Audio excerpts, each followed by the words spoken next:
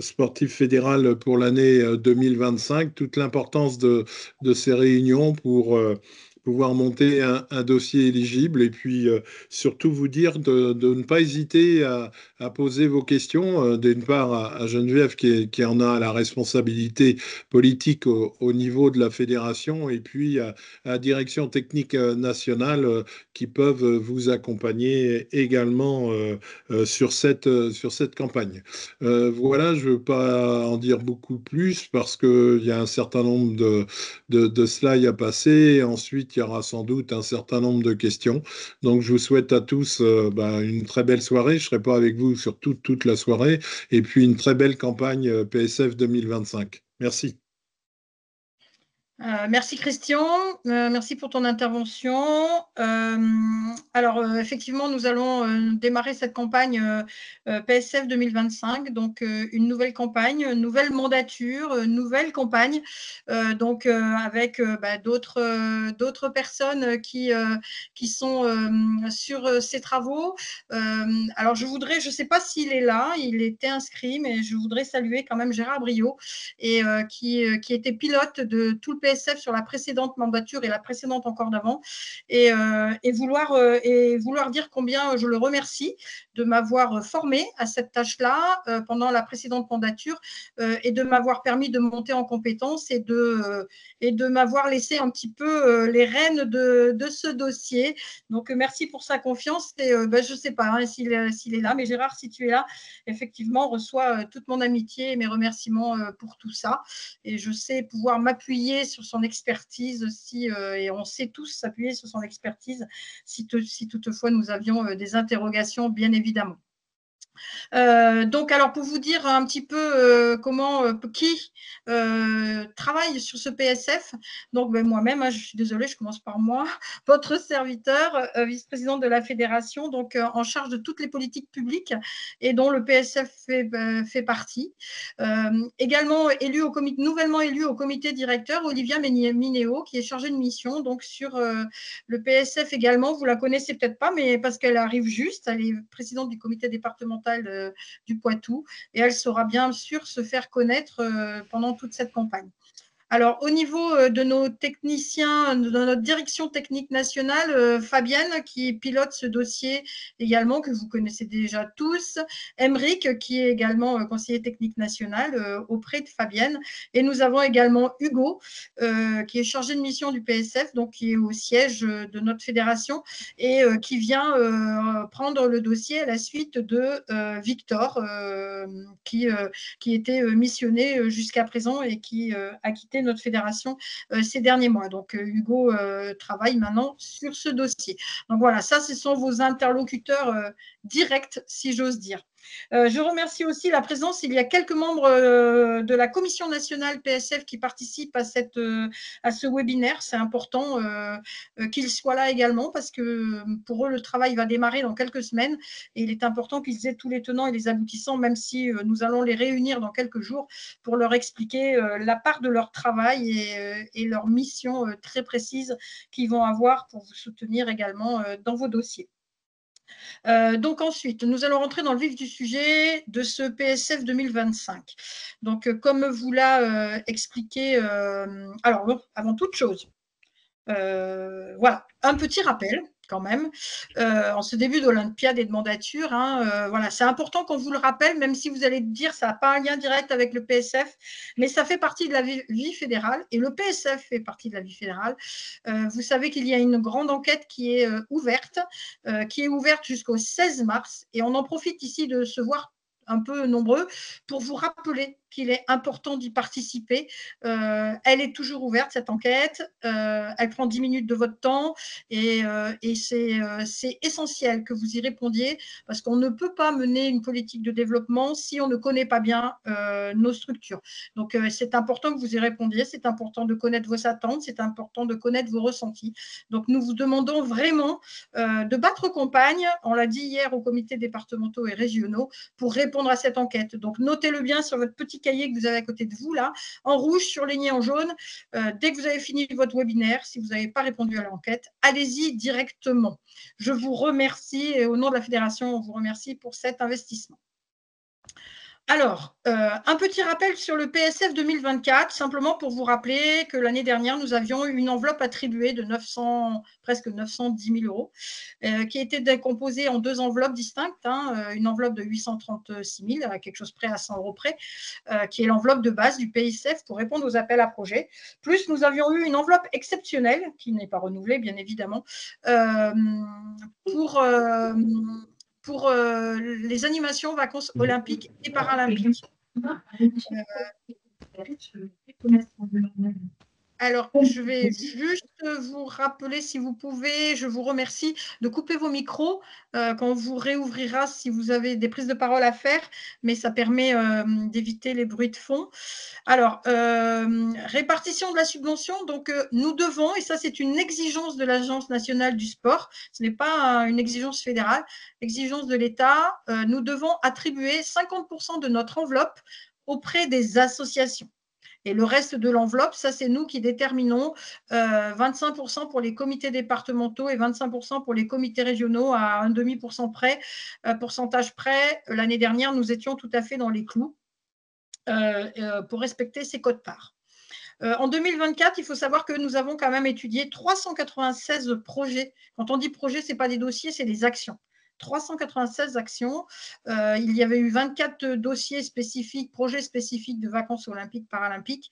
Et ça correspondait donc à 196 structures qui ont déposé des dossiers. Savoir, quand on parle structure, c'est ASSO, comités départementaux et comités régionaux. Alors, l'enveloppe pour 2025, nous ne la connaissons pas. Nous ne l'avons pas. Et comme l'a dit Christian tout à l'heure, les informations tombent au jour le jour. On a eu des informations hier, on en a encore eu aujourd'hui. Donc, voilà, on est à l'instant T. Au moment où on vous parle, on n'a pas toutes les informations. On en a d'autres qui sont tombées il y a 1 heure ou 2 heures. Il faut savoir simplement que la subvention globale pour le PSF, alors, je vous rassure, ce n'est pas les 70 millions en 2025 qui vont être attribués à la FSCF, sinon ça serait trop bien et ça serait trop beau. Ce n'est pas du tout ça.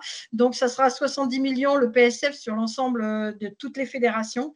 Il faut savoir que l'année dernière, nous étions à presque 76 millions, à quelque chose près. Donc, on est un petit peu en dessous, mais la baisse, 76 millions sur les enveloppes de base. Je ne parle pas des enveloppes spécifiques qui avaient été rajoutées. Alors, avec les enveloppes spécifiques, l'année dernière, on était à 80 millions. Donc, si on compte tout, on est à moins 10 millions sur le PSF au niveau national, toutes fédérations confondues. Qu'est-ce qu'on aura, nous, la FSCF? On n'en sait rien. Là, pour le moment, c'est pas, on ne vous le cache pas, là, on n'en sait rien. Alors, vous êtes habitué à travailler pour faire votre dossier PSF, vous êtes habitué à travailler avec une note d'orientation ou appelée note de cadrage. Et ce document, il comprend tout le guide, c'est tout un guide qui vous permet de répondre à vos projets. Alors simplement, aujourd'hui, vous ne l'avez pas pour la bonne et unique raison que cette note d'orientation fédérale, elle doit être validée par l'Agence nationale du sport. Mais elle ne peut être validée par l'ANS que quand l'ANS a sorti sa propre note de cadrage. Parce que la nôtre note doit tenir compte de tout ce qui est marqué dans la note de cadrage de l'ANS. Et comme la note de cadrage de l'ANS, nous ne l'avons eue que hier après-midi, c'est-à-dire il y a à peine 24 heures, la nôtre, elle est prête, mais elle doit subir quelques modifications. Ensuite, elle part à l'ANS pour validation. Elle revient. Si tout est clean, dans quelques jours, on espère, d'ici le début de la semaine prochaine, on espère pouvoir vous la diffuser très largement. Mais là, on est tributaire de l'Agence nationale du sport. Voilà pourquoi aujourd'hui, vous n'avez pas de support réel avec toutes les informations. Cependant, on avait anticipé pas mal de choses. Nous, on était quasiment prêts depuis début février. On attendait juste des ajustements. Les ajustements, on les a travaillés cet après-midi notamment.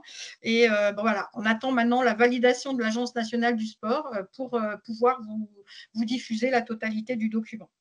Toujours est-il que ce document, excuse-moi Hugo, voilà. Toujours est-il que ce document, il a été repensé, donc il a été reformulé dans son design, de façon à ce que ce soit un document hyper intuitif, coloré, qui attire l'œil, qui est complètement refondu, ce qui va, pour les personnes qui sont très habituées à la note de cadrage depuis plusieurs années, vont être obligés de le relire. Il appelle à la lecture parce que vous allez avoir le sentiment d'avoir un document totalement nouveau, alors qu'il y a des parties à l'intérieur qui ne changent pas, mais c'est un document qui est totalement nouveau dans sa structuration. Donc, il va être lu, vous allez être obligé de le lire pour ne rien louper de cette campagne 2025. Voilà. Donc, il vous sera transmis, bien évidemment, des validations. Mais là, j'insiste pour dire que nous attendons. Nous sommes dans les starting blocks. Ce n'est pas nous qui sommes en retard. Voilà. Alors, pour entrer dans le vif du sujet, sur ce PSF 2025, les projets financés. Vous avez l'habitude, pour les personnes qui sont là depuis longtemps avec nous, vous savez que le PSF, c'est quand même un outil de développement. Ce n'est pas, c'est pas une subvention qui est donnée pour un fonctionnement quotidien. Il y a le FDVA pour ça ou d'autres types de subventions. Mais c'est vraiment un outil de développement. Donc, c'est des réponses à des appels à projets qui doivent répondre aux enjeux du plan de développement 2024-2028. Plan de développement dont vous êtes certainement déjà emparé, parce qu'on en a parlé beaucoup. Hein, on en a parlé au congrès, on va en reparler aux assises dans 15 jours. Donc, c'est vraiment l'outil de travail, et j'allais dire que c'est votre livre de chevet dans vos associations aussi, pour vous appuyer, et dans les comités départementaux et régionaux, pour faire votre plan d'action également dans vos associations. Alors, les actions, 4 grandes thématiques. La promotion de la santé dans son grand ensemble, avec différents types d'actions à l'intérieur de la promotion de la santé. Donc, on ne vous les a pas détaillées dans la diapo, mais vous l'aurez vraiment dans la note de cadrage, très détaillée. Alors, les types d'actions de la promotion de la santé, c'est le programme Santé à tout forme, les activités Gymform, tout ce qui est Forme Plus, c'est tout ce qui est en faveur des personnes en situation de handicap, c'est toutes les activités émergentes avec la digitalisation des pratiques. Non, pardon, excusez-moi, je vous dis des bêtises.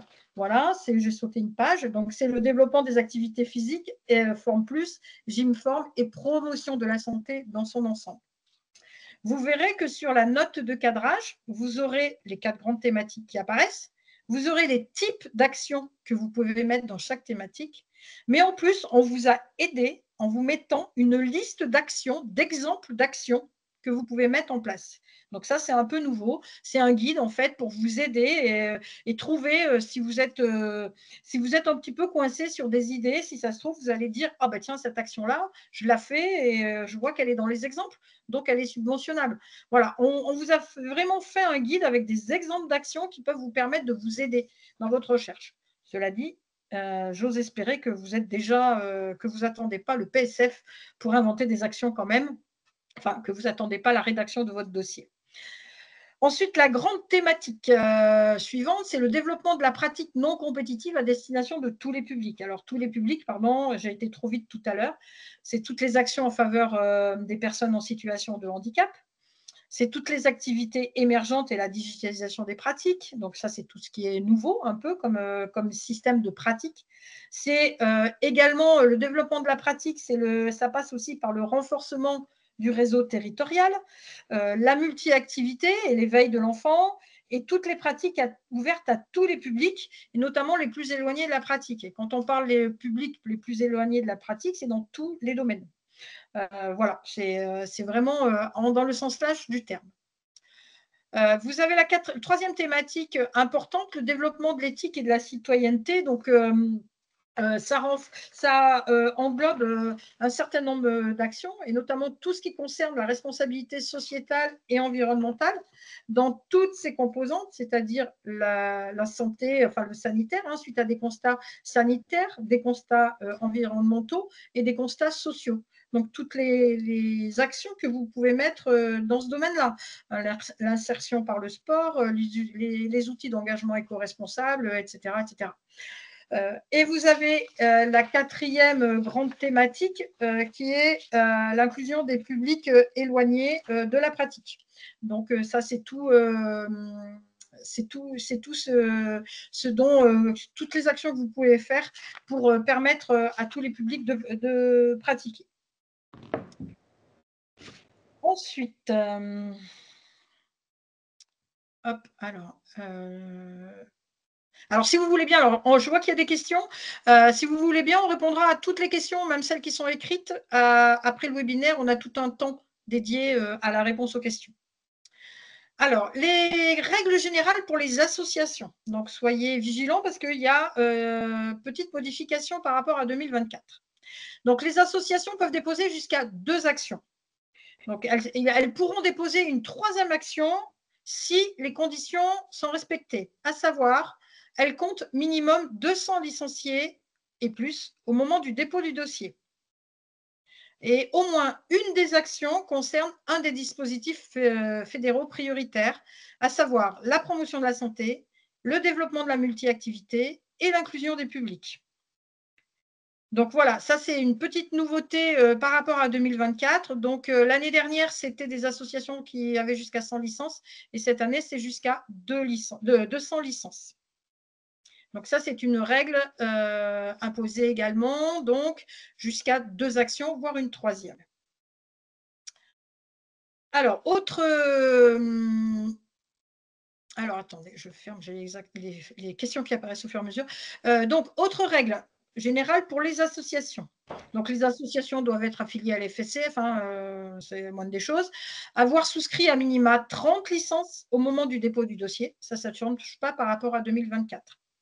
Attention, les associations qui ont entre 30 et 75 licences au moment du dépôt du dossier ne pourront bénéficier d'une subvention maximum à 1 500 € pour l'ensemble du dossier. Donc ça, c'est important.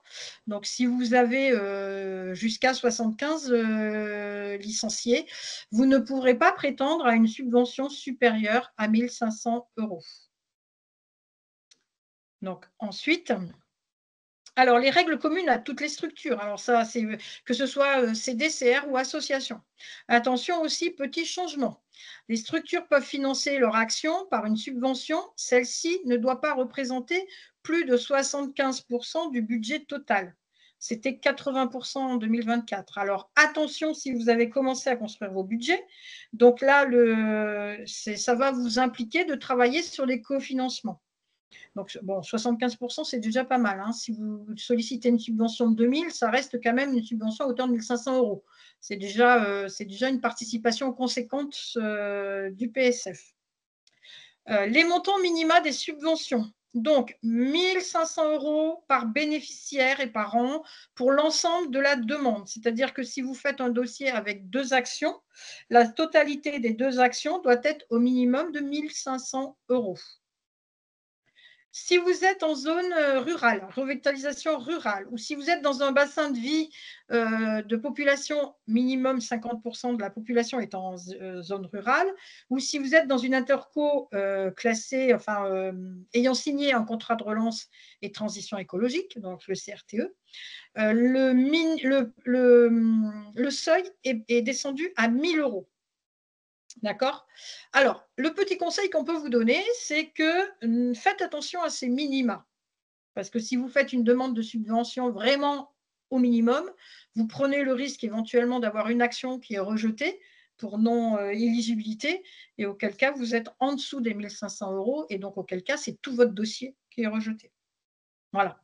Donc ça, c'est un conseil, soyez bien prudents sur les montants que vous demandez. Il faut aussi être raisonnable sur les montants qu'on demande, mais on conseille quand même, faites attention sur les minima. Alors, autre exigence de la part de l'ANS, seules 2 actions maximum par subvention attribuée au seuil minimum pourront être financées. C'est-à-dire que si vous demandez une action, elle devra être au minimum à 1 500 € attribuée. Si vous faites 2 actions, c'est 750 € minimum par action. Donc, vous ne pouvez pas demander des actions inférieures à 750 €. Donc, si vous faites 2 actions. Attention, j'insiste sur le minimum. Si vous êtes dans les minimums, mais que votre action est rejetée, c'est tout votre dossier qui sera rejeté, si vous n'êtes pas dans le seuil minimum total. Et pareil, c'est le même principe pour les dossiers qui sont dans les critères à 1 000 €, donc les ZRR ou les CRTE. C'est 1 000 € en une action ou 2 actions, 500 €. minimum. Donc, soyez bien vigilants sur les montants sollicités, parce que là, on parle non pas du montant sollicité, nous, après, c'est du montant attribué. Donc, une fois que l'analyse du dossier a été faite, il faut qu'on puisse rentrer dans ces critères-là. Donc, c'est pour ça que j'insiste, ne restez pas sur la corde du minimum. Hein. Soyez raisonnable dans la demande, mais ne restez pas sur la corde minimum. Alors, attention, il y a des restrictions. Donc, vous ne pouvez pas soumettre une même action à plusieurs fédérations en cas d'affiliation multiple. C'est recoupé, hein, les actions, c'est regroupé, donc ça se trouve. Donc, ne partez pas avec l'idée, oh, je demande à la FFR et à la FFSF, de toute façon, ça ne se croise pas, si on a possibilité. Demandez une aide PSF et PST. Donc, les PST, on va en parler tout à l'heure. Donc, le PSF, c'est les projets sportifs fédéraux, donc qui sont délégués par l'ANS auprès des fédérations. Et le PST, c'est les projets sportifs territoriaux. Donc, ceux-là sont gérés directement par les DRAGES pour une action identique. Vous ne pouvez pas déposer des actions déjà financées là ou les années précédentes par le PSF, sauf si elles présentent une évolution significative. Et cette évolution, elle est à détailler avec précision dans le dossier et notamment avec des indicateurs précis et durables. Je schématise, on ne pourra pas accepter des dossiers qui sont copiés-collés de l'année dernière ou d'il y a 2 ans, ou s'ils ne sont pas copiés-collés, une action identique où on n'a aucune connaissance d'une évolution. C'est-à-dire, je prends un exemple, on pourra effectivement, vous pouvez, on sait très bien qu'il y a des actions qui sont renouvelables, actions sur l'éveil de l'enfant, création d'un nouveau groupe. Là, l'année dernière, on a financé, vous vous êtes fait financer, subventionner la création d'un groupe éveil pour les 4-6 ans. Et bien, cette année, vous renforcez votre groupe éveil et vous créez un groupe pour les 2-4 ans. Là, oui, on voit une évolution, on voit des nouveaux publics, des nouveaux créneaux, il y a un indicateur de nouvelle adhésion, etc. Donc oui, là, c'est un renouvellement d'action avec une évolution significative. Par contre, si on a une action où on lit rien de mieux, rien de plus que l'année d'avant, dans les indicateurs quantitatifs et qualitatifs, vous prenez le risque d'avoir une action qui sera totalement rejetée. D'accord ? Alors, vous ne pouvez pas non plus utiliser les crédits PSF principalement pour l'achat de matériel. Vous avez un plafond de 500 € hors taxe maximum dans vos actions. Alors, en fait, les achats sont autorisés s'ils s'inscrivent dans une démarche de création ou de développement d'une activité. Attention, on ne finance pas le matériel amortissable. Alors, ne faites pas un dossier de subvention pour l'achat d'un praticable à ressort. Ça ne sera même pas lu, ce n'est pas la peine. On n'achètera pas la sono pour le gymnase, on ne financera pas la sono du gymnase, ni les justes au corps de l'équipe qui se déplace au fédéral de gym, ni les bâtons twirling. On financera du matériel qui vont permettre de créer une activité ou d'apporter un plus à une activité pour laquelle on aura des indicateurs vraiment lisibles, tangibles et avec un maximum de 500 € hors taxe. Alors, la spécificité pour toutes les actions à toute forme, et ça, on le rappelle, ça n'a pas changé par rapport à 2024. Si vous faites une action de renouvellement à toute forme, l'association est obligatoirement chartée. Sauf si c'est une action qui est menée pour créer des actions à toute forme et dans le but de demander la charte, dans le but d'être chartée. Par contre, si c'est un renouvellement d'action et qu'il n'y a pas eu de signature de charte, cette action ne sera pas éligible. Ça, c'est important de le noter. Et ça, ça existait déjà en 2024.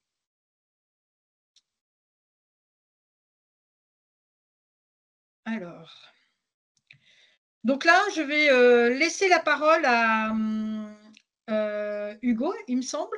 Non, à Emeric, pardon. Je crois que c'est Emeric qui va prendre la parole pour vous aider et vous donner des bonnes ficelles, si j'ose dire, pour des bonnes démarches pour déposer vos dossiers dans le compte asso. Alors, Emeric, je pense que tu es là. Oui. Oui, donc, oui, je suis là. Voilà. Donc, je laisse la parole à Emeric.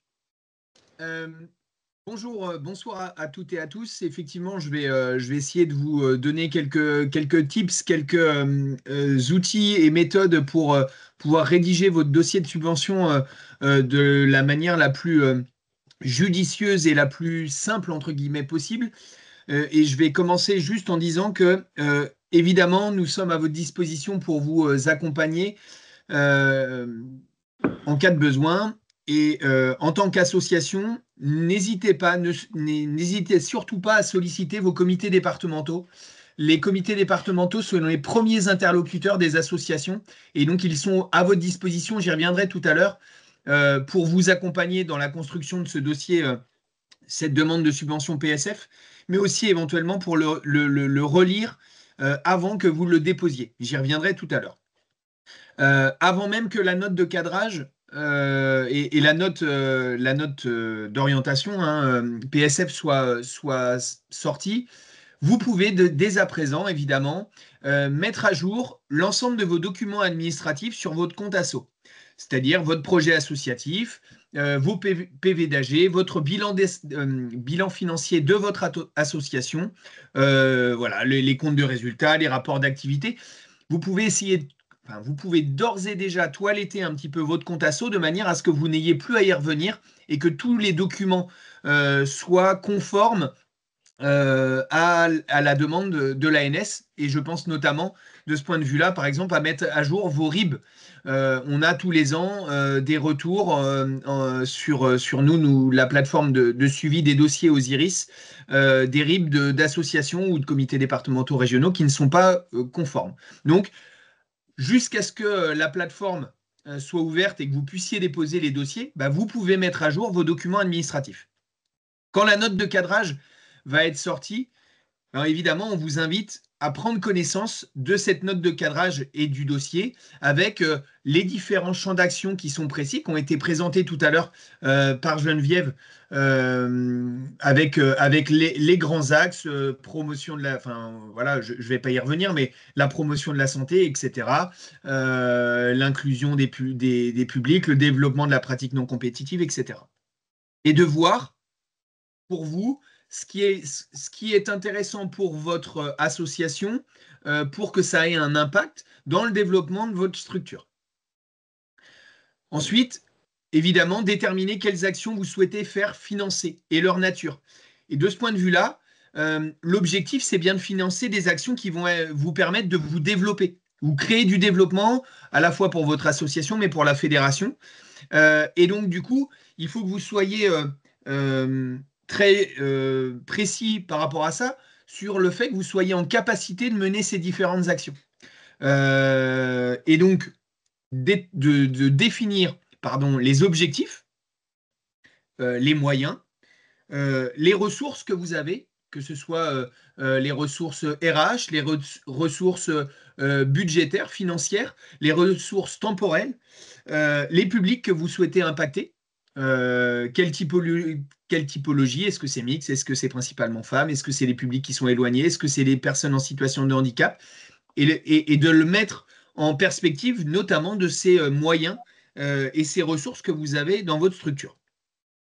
Et puis d'identifier immédiatement la partie évaluation, les critères d'évaluation, les indicateurs que vous allez avoir pour identifier que cette action a bien été menée et que vous avez rempli l'ensemble de cette tâche. Et donc, en termes d'indicateurs, vous pouvez déjà anticiper un certain nombre d'éléments. Les indicateurs de résultats, c'est-à-dire est-ce que mon action a fonctionné, elle n'a pas fonctionné. Les indicateurs de réalisation, c'était quoi mon objectif et pourquoi est-ce que j'ai atteint l'objectif de mon action ou pourquoi je ne l'ai pas atteint. Ça ne veut pas dire pour autant que votre action elle n'est pas judicieuse et que vous n'aurez pas la subvention. Il faut toujours être assez honnête et sincère en disant voilà, là on avait mis un objectif de réalisation à 150 personnes impactées, on n'en a eu que 80, mais on a identifié un certain nombre d'éléments, pourquoi ça n'a pas fonctionné, etc. Et puis derrière, les indicateurs d'impact, ça va être l'impact social que vous allez éventuellement avoir au niveau de votre structure, votre association, en regard de ces actions qui ont été mises en place. Ouais, le point 4, c'est est-ce que c'est le bon dossier pour mon projet? Voilà, si mon objectif, comme le disait tout à l'heure Geneviève, c'est de faire financer l'achat d'un nouveau praticable, eh ben, ça ne correspond pas aux besoins et à la typologie du PSF. Voilà. Ensuite, la rédaction du dossier, c'est ce que je disais tout à l'heure, identifier objectifs, moyens, publics, bénéficiaires. Et là, je le redis, n'hésitez pas à solliciter votre réseau de proximité, les comités départementaux pour les associations, les comités régionaux pour les comités départementaux, et puis en cas de besoin, de faire appel au siège ou à la direction technique nationale si vraiment vous avez un problème. Mais véritablement, hein, les comités départementaux, on leur a dit hier, ils sont vos premiers interlocuteurs, donc n'hésitez pas à les solliciter. Et pas mal de départements ont notamment des agents de développement territoriaux sur leur structure, et ça fait partie de leur mission de vous accompagner dans le cadre de la réalisation de ce projet, cette demande de subvention PSF. La construction, le 6e point, construire votre budget prévisionnel réaliste et équilibré. Alors, effectivement, le budget prévisionnel doit être équilibré, charges et produits doivent être, pour le coup, équilibrés, mais c'est aussi le cas sur votre budget final et vos comptes rendus financiers d'action.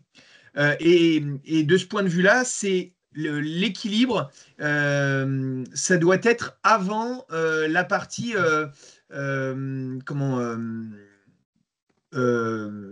mince, je cherche mes mots. Contribution volontaire en nature. Voilà, c'est les charges et les produits doivent être équilibrés avant la partie où vous avez les contributions volontaires en nature qui apparaissent, et notamment le bénévolat, les dons, etc. Rappel, Geneviève l'a dit tout à l'heure, maximum 75% de subventions sur votre demande de projet sportif fédéral, 75% de financement public. Et puis, ensuite, la relecture et le dépôt, c'est là que vérifiez bien les dates limites de dépôt de dossier. Vérifiez bien, parce que tous les ans, on a des associations qui se retrouvent à vouloir déposer le dossier alors que le compte asso est fermé.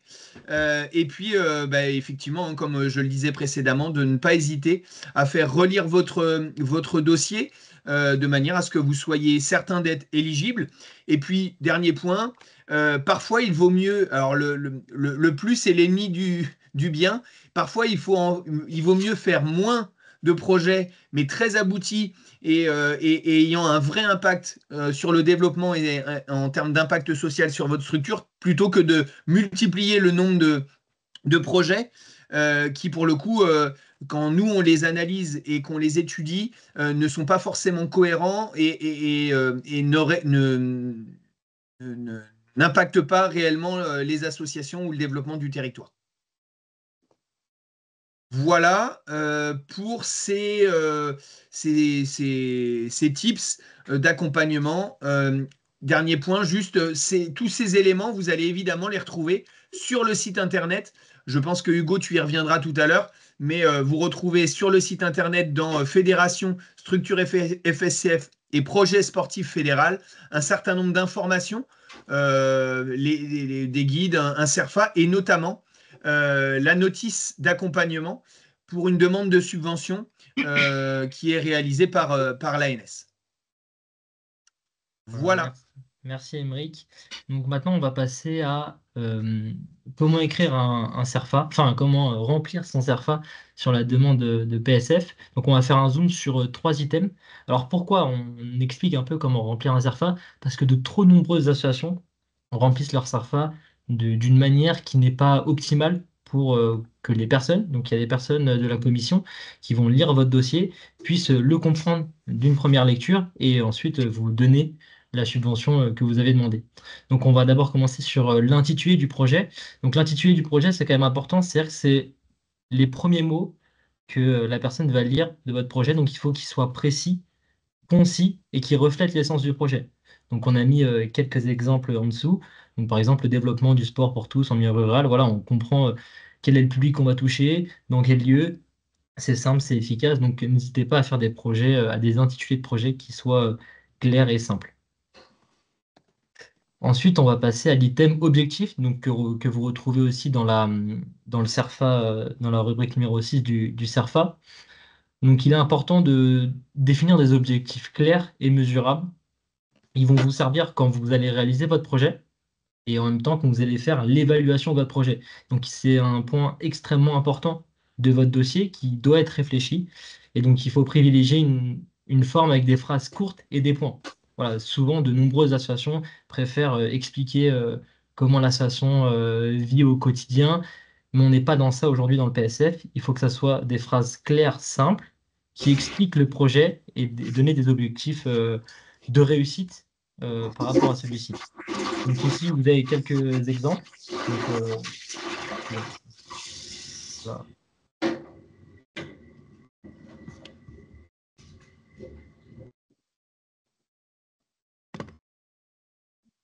Excusez-moi. Donc ensuite, vous avez des exemples d'objectifs. Donc voilà, favoriser l'accès au sport pour tous et promouvoir les valeurs éducatives. Vous en avez plein d'autres pour de nombreux projets. Voilà, c'est selon votre projet que vous allez définir vos objectifs et n'hésitez pas à prendre le temps d'y réfléchir par la suite. Ensuite, vous avez aussi les moyens matériels et humains, donc toujours dans la rubrique numéro 6 du CERFA. Et là, de la même manière que les objectifs, des points, des mots très simples qui expliquent comment votre projet, vous allez le matérialiser, soit par un lieu, soit par des moyens humains. Enfin voilà, il faut bien penser qu'une personne va lire votre dossier PSF. Donc, si vous êtes le plus clair possible, ça favorisera donc sa compréhension et donc peut-être avoir l'ensemble des fonds demandés au niveau du PSF. Voilà, en gros, sur les 3 items. Bien sûr, dans la rubrique du CERFA, il y a d'autres items à remplir. J'ai fait sur le site de la fédération, comme l'a parlé Émeric tout à l'heure, vous verrez, il y a un guide. Donc, c'est dans CERFA, il faut aller dans rubrique documents, ensuite dans CERFA, et vous avez le guide expliquant chaque étape du CERFA, comment bien l'écrire pour que les personnes de la commission puissent comprendre de la meilleure manière votre projet. Voilà en gros sur ce CERFA-là. Et je vais laisser Fabienne parler des comptes rendus et des indicateurs de suivi. Donc ce qui veut dire, c'est après le projet, comment est-ce qu'on remplit son compte rendu? Je te laisse, Fabienne. Merci Hugo. Bonsoir à tous. Donc effectivement, une fois qu'on a déposé son dossier PSF, qu'on a obtenu une subvention et qu'on a fait son projet, donc le projet est devenu une action et elle a été mise en place, et ben, il ne faut pas omettre cette étape qu'est le compte rendu, puisque voilà, vous avez eu une subvention, l'État vous a versé une subvention, donc il faut justifier de son utilisation. Et tout comme Hugo vous a expliqué que il y avait une manière un peu optimale de remplir le CERFA avec un certain nombre d'éléments à utiliser, si vous avez bien rempli votre CERFA au début, donc pour faire votre demande de subvention, il sera plus simple derrière de justifier dans la réalisation de l'action, parce que vous allez reprendre en fait des items que vous aviez déjà énoncés dans votre demande de subvention. Donc, le nombre de participants, par exemple, aux différentes activités, qui peut être un indicateur que vous avez mis avec des objectifs à atteindre. C'est assez simple, hein. Si vous ouvrez une nouvelle section, si vous ouvrez des nouveaux créneaux horaires sur des activités, vous savez que, par exemple, pour un encadrant, vous visez peut-être 20 pratiquants, et 20, c'est donc l'indicateur que vous êtes, l'objectif que vous vous êtes fixé. Vous faites votre bilan et vous expliquez que finalement vous avez eu beaucoup de succès et que vous avez dû accepter 25 personnes, ou qu'au contraire, pour différentes raisons que vous pouvez tout à fait expliquer également, parce que c'est intéressant qu'on puisse connaître ces raisons-là, vous avez eu que 10 participants. Voilà, vous ne serez pas jugé, entre guillemets, sur la réussite des objectifs que vous vous êtes fixés, mais bien sur la manière dont vous allez faire ce bilan-là. Et tout comme les items du remplissage initial du CERFA doivent être, on explique smart, hein, donc c'est-à-dire que quelque part, ils doivent être vraiment à la fois atteignables, à la fois compréhensibles et simples pour le lecteur. Bah là, c'est la même chose pour le bilan. En gros, on attend de vous que ces items soient extrêmement, que vos écrits soient très simples à comprendre. Vous avez réussi, vous n'avez pas réussi, pourquoi vous souhaitez poursuivre l'action, vous allez l'arrêter, pourquoi, etc. Et puis, dans ce compte-rendu, en fait, il y a deux parties très distinctes. Vous avez la première partie qui va être, du coup, un compte-rendu de la réalisation de l'action, où là, vous allez venir effectivement mettre un peu plus d'écrits, même si c'est des écrits relativement simples. Vous voyez, ce qu'on va vous demander, c'est d'évaluer les objectifs, comme je vous l'ai dit, par rapport à des indicateurs quanticali que vous avez pu mettre dans votre demande de subvention et justifier ceci. Donc du chiffre, mais aussi un peu d'explication autour des chiffres. Et puis surtout, vous avez le compte-rendu financier de l'action sur lequel l'ANS va beaucoup s'attacher et qui est très important. Et donc, comme ça a été dit tout à l'heure, il me semble, par Aymeric, ce bilan que vous allez proposer, il doit systématiquement être équilibré. Parce que dans votre association, donc si vous avez prévu de dépenser une somme donnée, vous avez demandé une subvention. Cette subvention, vous l'avez utilisée en théorie entièrement pour mettre en place votre action. Si par hasard vous vous rendez compte que finalement il reste 50 ou 100 euros que vous n'avez pas dépensés, vous avez tout intérêt à dire, si, j'ai pris ces 100 euros de subvention, par contre, j'ai baissé mes investissements de fonds propres. Les fonds associatifs, vous les baissez et vous mettez 100% de la subvention utilisée. Ça, c'est en gros si au début, vous êtes excédentaire. Si vous êtes déficitaire, à un moment, de toute façon, vous avez dû compenser. Et ce qui vous a permis de compenser, c'est vos fonds propres, vos fonds associatifs.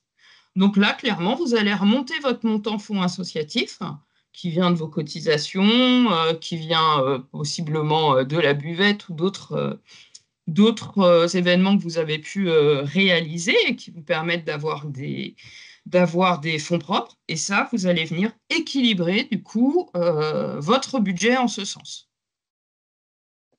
Voilà. Alors, il y a eu des questions dans le chat, là, j'ai vu passer sur le bilan. Donc, à la fin de notre intervention, n'hésitez pas, si vous le souhaitez, à revenir me poser des questions là-dessus pour qu'on puisse repréciser des choses. Hugo, à toi pour la présentation de la page Internet dont on parle depuis tout à l'heure. Et enfin, tu vas pouvoir montrer ce qu'il y a aujourd'hui, ce qu'il y aura demain.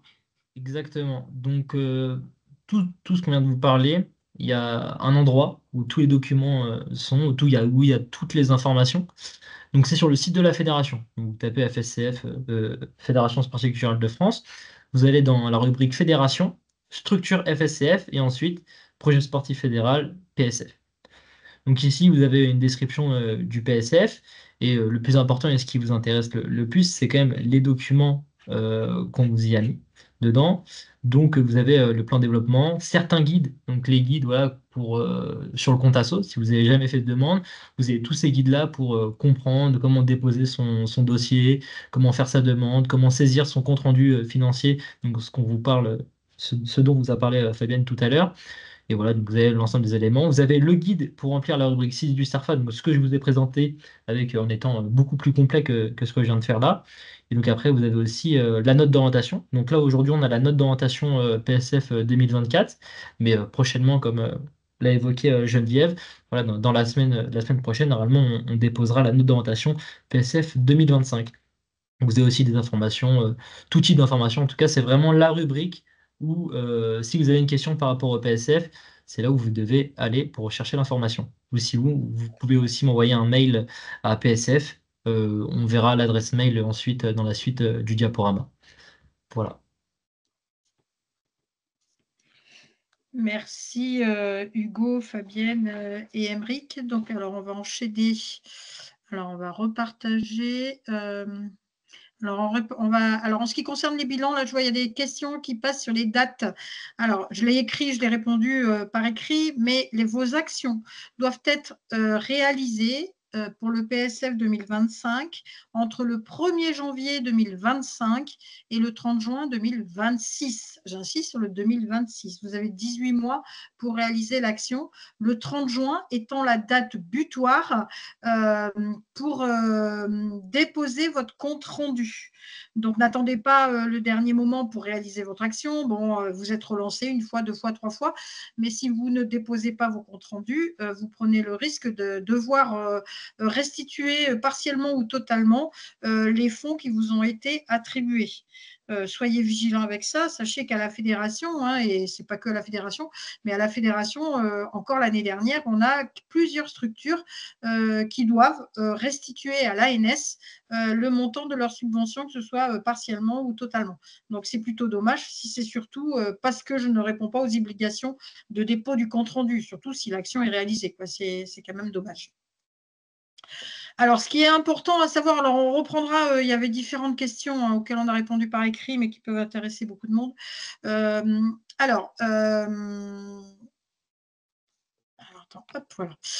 Les critères d'évaluation des demandes. Donc, ça, c'est important. La commission nationale, en fait, un groupe de personnes est constitué, nommé par le comité directeur de la fédération et va travailler sur vos dossiers. Donc, c'est un groupe qui est constitué de 6 personnes élues au comité directeur de la fédération et de 20 personnes élus dans les comités départementaux, les comités régionaux, ou voire qui représentent le territoire. Ces personnes-là sont par groupe, travaillent par groupe de 5 à 6 personnes, étudient vos dossiers, sachant que pour la transparence, les groupes n'étudient pas les dossiers qui peuvent concerner leur propre région. Donc voilà, pour être tout à fait dans une éthique d'étude. Alors, la commission nationale va étudier vos dossiers une fois qu'ils seront arrivés. J'insiste pour dire qu'on verra sur le calendrier tout à l'heure qu'il n'y a pas de deuxième chance sur le dépôt du dossier. On en reparlera. Les critères d'évaluation, c'est-à-dire qu'une fois que les dossiers sont déposés, qu'ils sont conformes, qu'ils sont éligibles à l'étude, on va étudier, voir si le dossier y répond à une ou plusieurs orientations fédérales. Si c'est en pertinence par rapport au plan de développement fédéral 2025-2028. S'il y a un caractère prioritaire ou non sur l'action. Tout ça, c'est des critères d'évaluation et vous verrez tout ça dans la note de cadrage que vous allez avoir. Si ça correspond bien, si ça s'adapte bien au territoire, milieu urbain, milieu rural, zone rurale, quartier prioritaire, en fonction des actions, il est évident qu'il y a des actions qui ne fonctionnent pas en milieu rural. Évidemment qu'il y a des actions qui ne fonctionnent pas en milieu urbain, voilà. Donc, et qu'il y a des actions qui sont spécifiques mises en place pour les quartiers prioritaires, donc par les quartiers politiques de la ville. Donc ça, on regarde ça. La pertinence du public, personnes porteurs de handicap, public féminin, on va en reparler tout à l'heure, mais il y a un accent fort. Alors même si à la fédération, depuis sa création quasiment, nous sommes très forts sur la pratique féminine, sachez que quand même l'État, l'ANS, sur demande de l'État, nous demande de veiller à ce que la pratique féminine soit mise en avant. Donc, vous avez notamment dans le compte ASSO le public cible. Donc, n'hésitez pas dans vos actions. Si c'est une action qui concerne majoritairement le public féminin, cochez pas, vous ne contentez pas de cocher mixte, par exemple. Si vraiment vous avez 90% d'hommes, de femmes et 10% d'hommes, là, vous cochez public féminin. Mettez vraiment le public majoritaire. Vous allez mettre public mixte si vraiment vous avez une quasi-parité. Si vous êtes à 60-40, si vous êtes à 50-50, mais si vous êtes à 90-10, mettez pas que c'est un public mixte, mettez bien que c'est un public féminin. C'est important parce que l'ANS exige quand même dans les répartitions d'enveloppes qu'on soit très très vigilant au risque de se faire retoquer nos dossiers, non pas chez nous, mais par l'ANS derrière. Alors, tout ce qui est public socialement défavorisé, tout ce qui est jeune et tout ce qui est senior. Donc, on va regarder si l'action que vous mettez en place, elle est adaptée au public cible que vous annoncez. L'implication de votre association dans la vie fédérale, ça c'est important. Je veux dire que si votre association elle a 2500 membres, mais qu'elle n'a que 40 licences, ça on en tient compte. Au contraire, si votre association elle a 700 membres et elle a 650 licences, c'est important aussi. Voilà, ça va être des critères d'appréciation.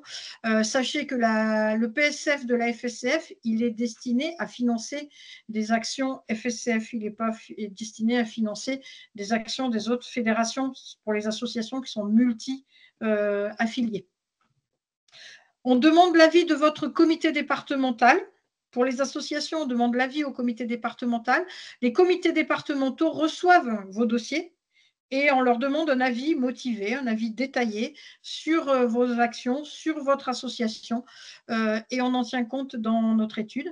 Et les comités régionaux, eux, reçoivent la même chose, mais pour les comités départementaux, ils doivent émettre leur avis pour les comités départementaux.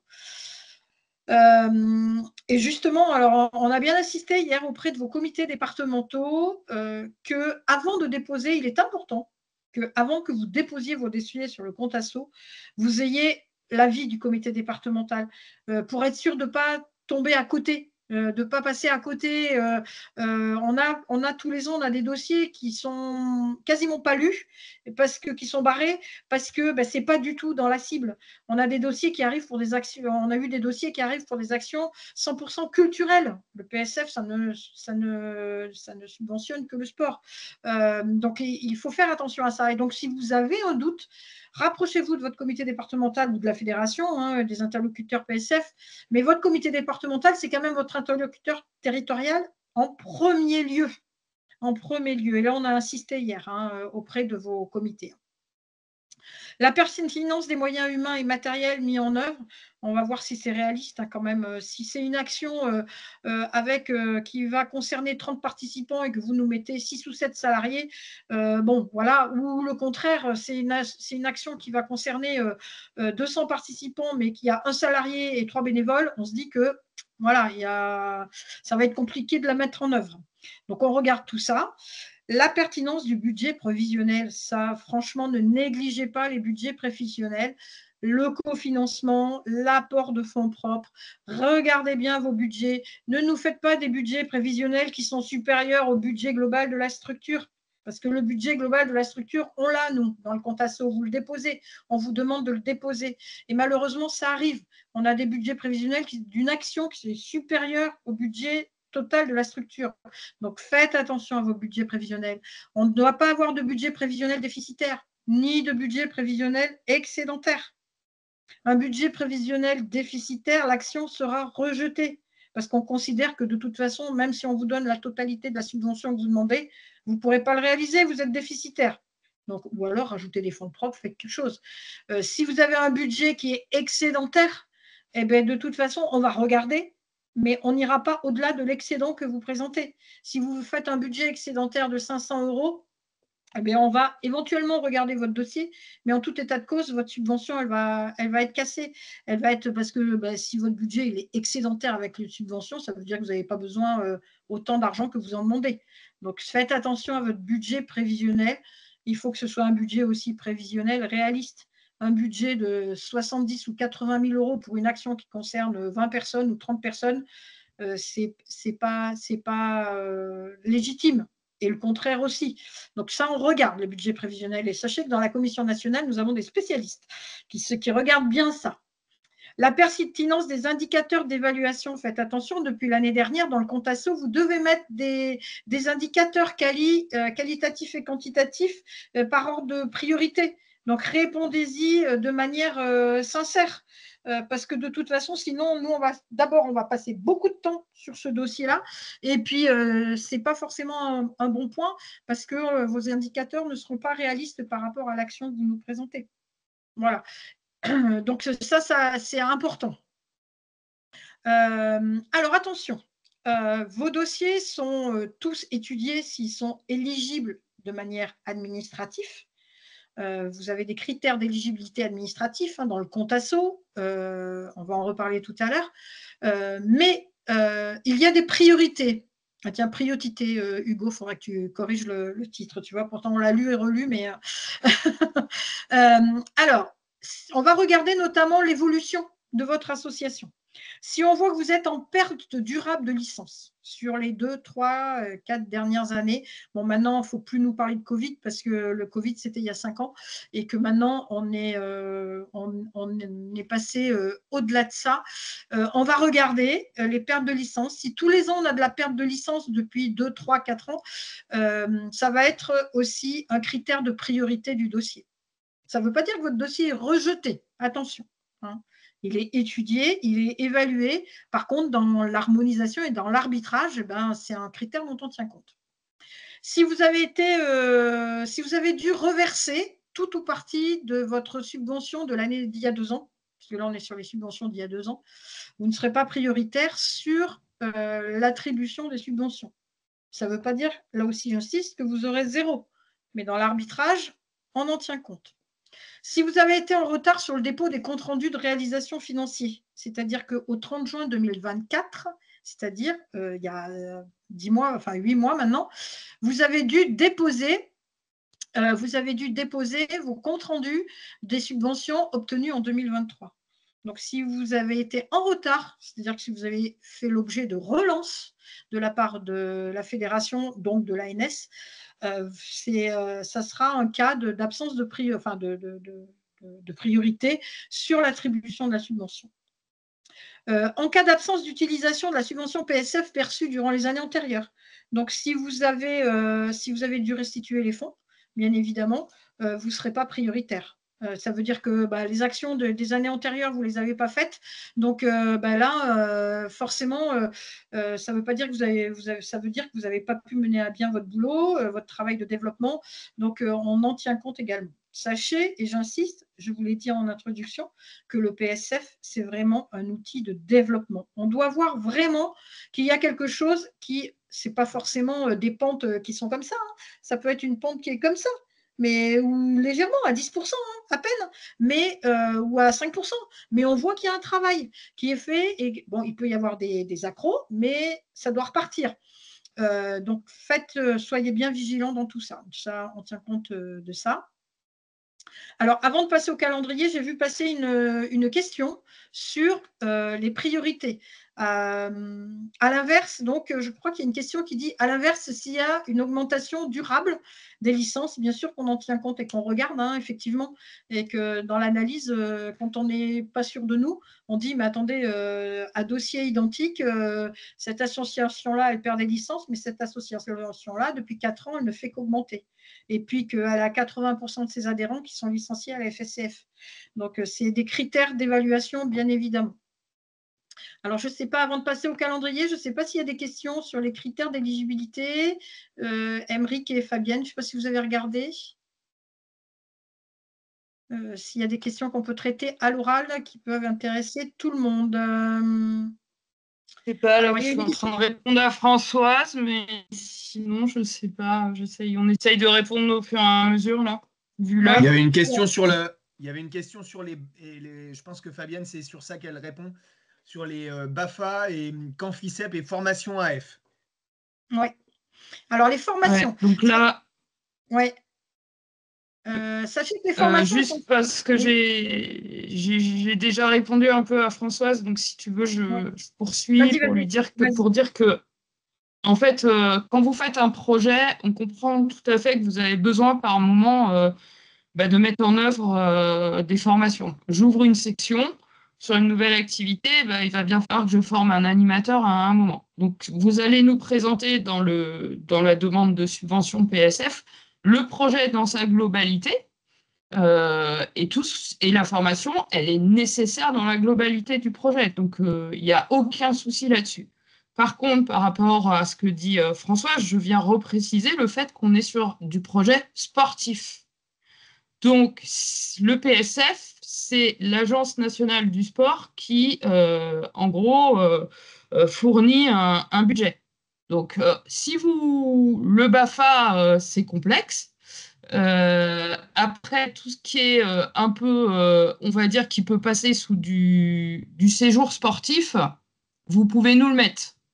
Voilà, et on verra selon les demandes autres qu'il y a, etc., si on peut vous donner un peu de financement.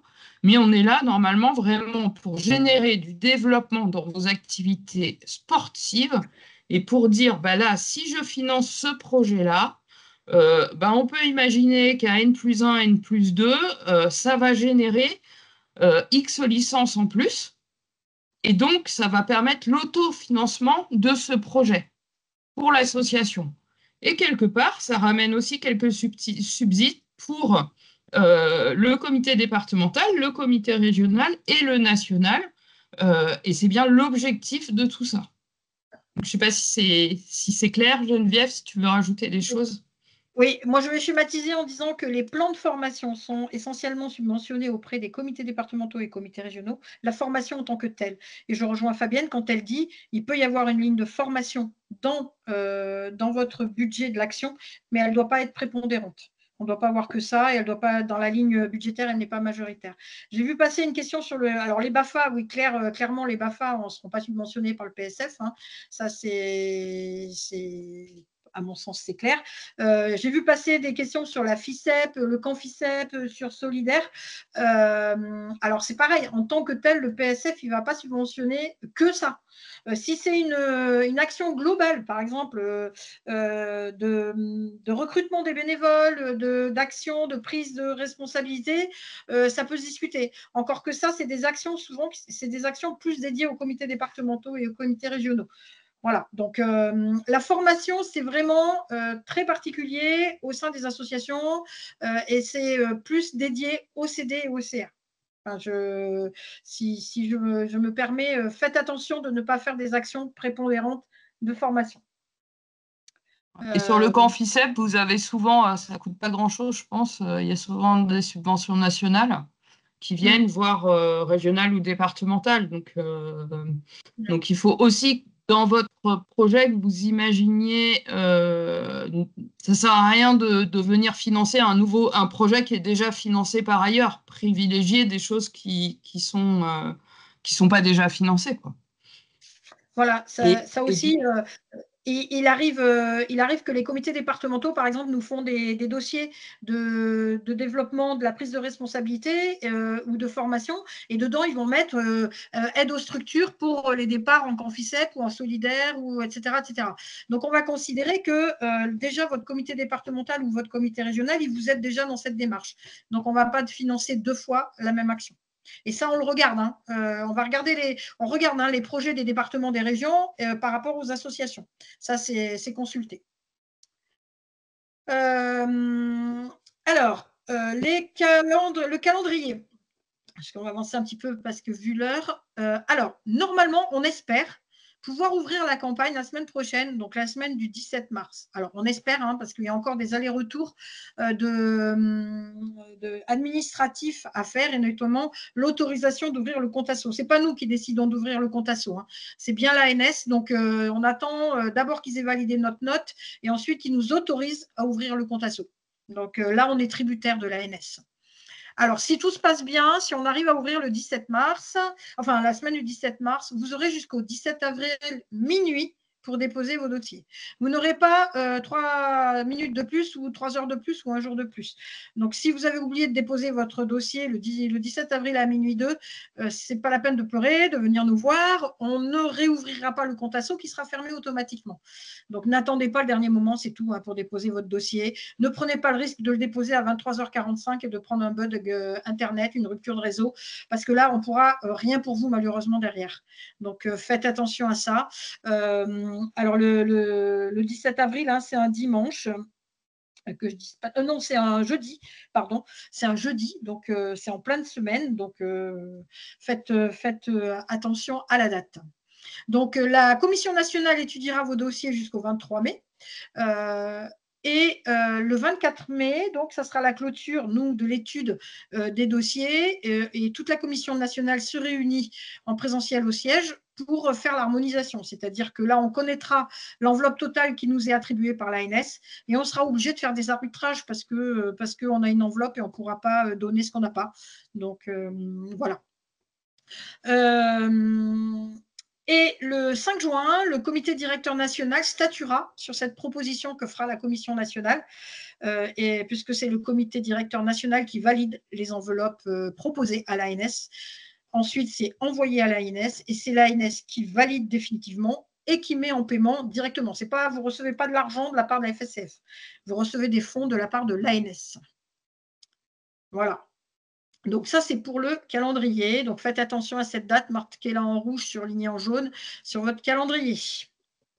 Alors, quelques points de vigilance que l'on vous rappelle. On vous a déjà dit tout au long de ce webinaire, le pourcentage du budget consacré à la féminisation. Donc, on a une obligation, l'ANS nous oblige à avoir un certain pourcentage de l'enveloppe globale qui est dédié à la pratique féminine. Donc, n'oubliez pas d'indiquer votre public cible féminin si vraiment votre action, elle concerne soit totalement, soit en majorité un public féminin. Dans le compte asso, cochez la bonne case. Attention, si vous déposez une demande de subvention sur la thématique handicap, vous devez être obligatoirement inscrit dans le Handi-Guide des sports. Donc ça, c'est un petit truc, c'est 3 cases à cocher. Vous devez être référencé dans ce Handi-Guide-là, c'est obligatoire. Vous aurez le lien dans tous les documents, vous aurez le lien pour aller vous inscrire ou vous tapez même sur Internet Handi-Guide des sports et vous pouvez inscrire votre association. N'oubliez pas de cocher la case à la fin du compte asso avant de signer et d'envoyer. N'oubliez pas de cocher la case comme quoi vous souscrivez au contrat d'engagement républicain, sinon votre dossier n'est pas pris en compte. Voilà, et soyez très très vigilants sur tous les critères d'éligibilité qu'on vous a énoncés précédemment et qu'on va vous réénoncer dans la note de cadrage. Il y a les critères d'éligibilité administratifs. Donc, tous les documents que vous devez déposer obligatoirement dans le compte asso, les budgets prévisionnels, les statuts, les machins, enfin tout ce qui est administratif et juridique. Et après, les critères d'éligibilité fédéraux, c'est-à-dire les nombres de licences, etc., etc. Donc, soyez très vigilants à ça. Avant de vous engager dans quelque chose dont vous n'êtes pas sûr, je rappelle, prenez contact avec nous pour que l'on vous réponde. Une fois que votre dossier est déposé, c'est trop tard. On ne peut pas revenir derrière. Voilà, on n'a aucune possibilité et on ne le fait pas. De toute façon, c'est bloquant. Donc, soyez vigilants là-dessus. Voilà. Alors, le PST. Donc, alors, le PST, ouais, je vais faire très rapidement, d'autant plus qu'on n'a pas beaucoup d'informations, encore moins que sur le PSF à ce stade. Juste vous dire que vous savez que l'ANS a été déclinée sur les territoires avec des conférences régionales du sport et des conférences régionales des financeurs. Et donc, vous avez aussi les DRAGES, les directions régionales jeunesse et sport, pour faire simple. Et du coup, ces entités-là travaillent ensemble pour déterminer un projet sportif territorial. Et les années précédentes, donc, il y avait des fonds pour favoriser, notamment dans ce cadre-là, le soutien à la professionnalisation, mais également un certain nombre de dispositifs que sont le savoir nager, le savoir rouler, et puis la lutte contre tous les types de violences en matière sportive. Donc là, on espère que ça va perdurer sur cette saison. On espère qu'il y aura des fonds, notamment pour ce qui nous concerne, plus particulièrement le soutien à la professionnalisation.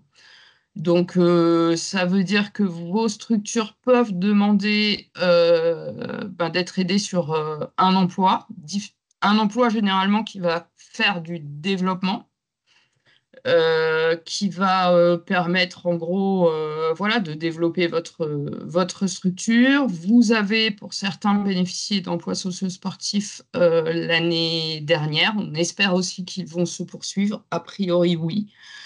Mais nous n'avons pas d'informations, donc je vous propose qu'on n'y passe pas trop de temps ce soir, mais qu'on revienne vers vous, bien entendu, très rapidement, dès qu'on aura les infos, toujours sur la même page du site internet, bien entendu, et puis surtout on vous enverra des mails si nécessaire à tous, hein, voilà.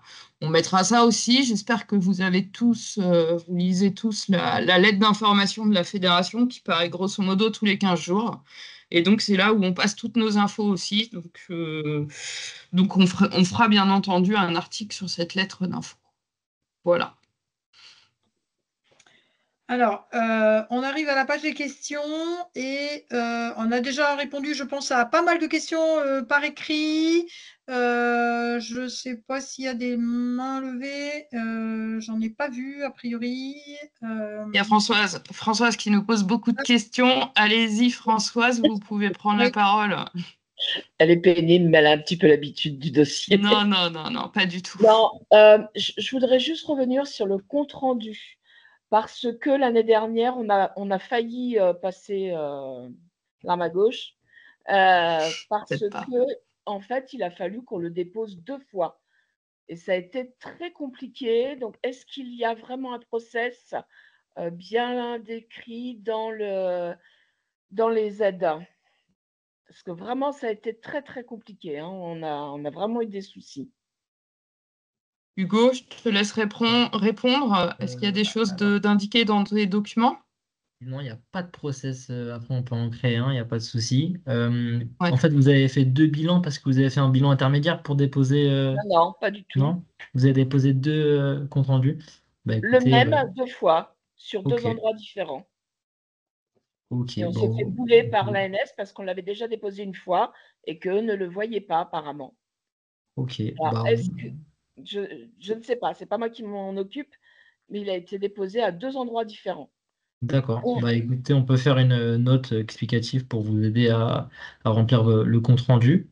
Et Ouais. ce qu'on pourrait On va faire. pas le faire, c'est pas la peine, mais à l'endroit où il faut le déposer. Pardon. Oui, on précisera.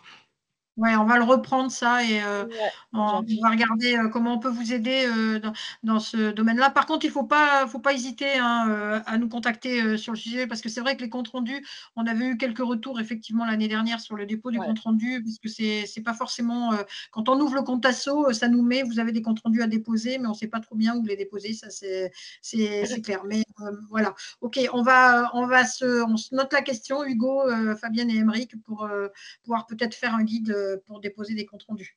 OK. Merci. Surtout qu'on va rentrer dans la période là. Hein. Je rappelle que les actions subventionnées en 2024 doivent être justifiées avant le 30 juin 2025. Ensuite, on a Marie. Sylvain. C'est Marie, moi en premier. Marie, oui, pardon. Bonsoir. Je suis désolée, je ne peux pas allumer ma caméra. Pas grave. Alors moi, j'avais plusieurs questions que j'ai posées dans le chat. Vous avez dit tout à l'heure qu'on pouvait pas, donc on pouvait acheter du matériel pour développer une section éveil pour nous en tout cas, mais pas de l'amortissable. Mais alors du coup, il reste quoi? Alors, en fait, le matériel, quand on parle matériel amortissable, on parle en règle, c'est une règle comptable, on parle de tout ce qui est matériel supérieur à 500 € hors taxe. Donc, lorsque vous faites de l'achat dans votre association de matériel supérieur à 500 €, il est considéré comme amortissable. Amortissable, ça veut dire dans votre comptabilité, vous l'amortissez sur plusieurs années. Okay. Donc, c'est ça. Donc, ça veut dire que dans votre demande de financement, la ligne de matériel ne doit pas être supérieure à 500 € hors taxe. D'accord. Voilà. Et j'ai une autre petite question. Si par exemple c'est pour un projet, parce que nous on est une petite assoce, on n'a pas spécialement de budget, si c'est une action qui a lieu le 5 juillet, est-ce qu'on peut espérer avoir la réponse avant? Ben, logiquement, votre action 30 juillet 2025 5 juillet 2025. 5. Ah ben oui. Oui, vous l'aurez avant. Oui. On pourra... Voilà, donc ce qui peut me permettre éventuellement de tout stopper, de tout arrêter si c'est la cata, quoi. En fait, c'est pas sûr que vous l'ayez avant parce que ça dépend pas de nous. Hein. C'est pas nous qui donnons les réponses, je crois, c'est l'ANS. Hein. Donc, et c'est quoi la date maximale, du coup? Pardon on peut... Parce que si on peut pas vous le dire, en fait. Ça dépend pas de nous. C'est-à-dire qu'on subit. L'action, en fait, est-ce que je peux la repousser à septembre? Oui. Vous avez les actions subventionnées en 2025, vous avez jusqu'au 30 juin 2026 pour les faire.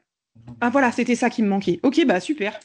Vous avez 18 mois pour faire les actions. Alors ça, je le dis à haute voix. Les actions, vous pouvez les faire entre le 1er janvier 2025, donc c'est-à-dire là, il y a 3 mois, et le 30 juin 2026. C'est vrai que vous avez 18 mois pour justifier de votre action. D'accord? Donc, vous avez le temps. Eh bien, parfait. Merci beaucoup. On va pris. Alors, ensuite, on a Sylvain. Et après, on répondra. Sinon, après, parce qu'il va être tard, vous nous enverrez vos questions par mail et on pourra y répondre. Sylvain? Oui, bonsoir, oui. J'avais une petite chose qui n'était pas très claire. Pour les associations qui ont entre 30 et 70 adhérents, le montant maximal qu'on peut demander pour la subvention, donc c'est 1 500 €, c'est bien ça? Oui, tout à fait. On a en même temps, du coup, le montant minimal qui est aussi de 1 500 €? Ou, Oui. ou alors... C'est ça. Oui, tout dépend combien vous faites d'actions. Pour une action, par exemple. Pour une action, ce serait du coup 1 500 €. Et donc, dans ce cas-là, on doit demander en fait 1 500 €, c'est bien ça? Vous n'aurez pas plus de 1 500 €.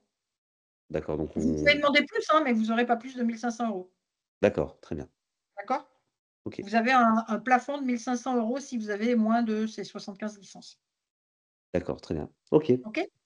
Très bien, merci. On a fait le tour des questions. Ouais. En tout cas, pour ce soir. Alors, donc n'hésitez pas, donc vous avez le lien que vous a montré Hugo sur le site internet. Tout ça, ça sera mis à jour. Hein, donc désolé pour le moment, il y a beaucoup de documents 2024, mais comme on vous l'a dit, répétez, on est tributaire des retours de l'ANS. Donc tout ça, ça va être mis à jour au fur et à mesure. Ce webinaire notamment, il sera revisible et réécoutable sur le site, bien évidemment, comme tous les webinaires. Pour les structures qui vont aller vers du PST, c'est-à-dire les emplois, les équipements structurants, etc., tout ce dont a parlé Fabienne, il y a un site qui est dédié, ça on vous le mettra également dans les différents liens. Vos CD et vos CR sont là aussi en premier lieu pour vous assister sur votre démarche PSF. Si en plus il y a des agents de développement dans les comités, ils sont là pour vous accompagner. Demain matin notamment, on a une réunion avec eux pour aussi leur expliquer le process. Et le mail, notez-le tous, le mail qui vous est dédié pour le PSF. Donc FSCF, ça arrive chez Hugo, hein, fscf-psf@fscf.asso.fr. Donc, notez-le bien. Voilà. Après, toutes les questions alors, à part des questions très générales, mais vraiment les questions techniques sur les quotités de licence, etc., le montant minimum de subvention ou maximum des subventions, tout sera très clairement écrit, tout est clairement écrit dans la note. Mais bon, si vous avez des questions, bien évidemment, vous n'hésiterez pas à nous les poser. On est là pour vous accompagner. Voilà, donc si il n'y a pas d'autres...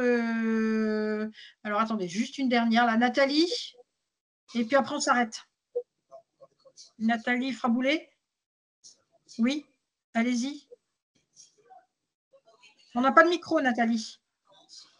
Nathalie, on n'a pas de micro. Oui, là, c'est bon? Voilà. Oui.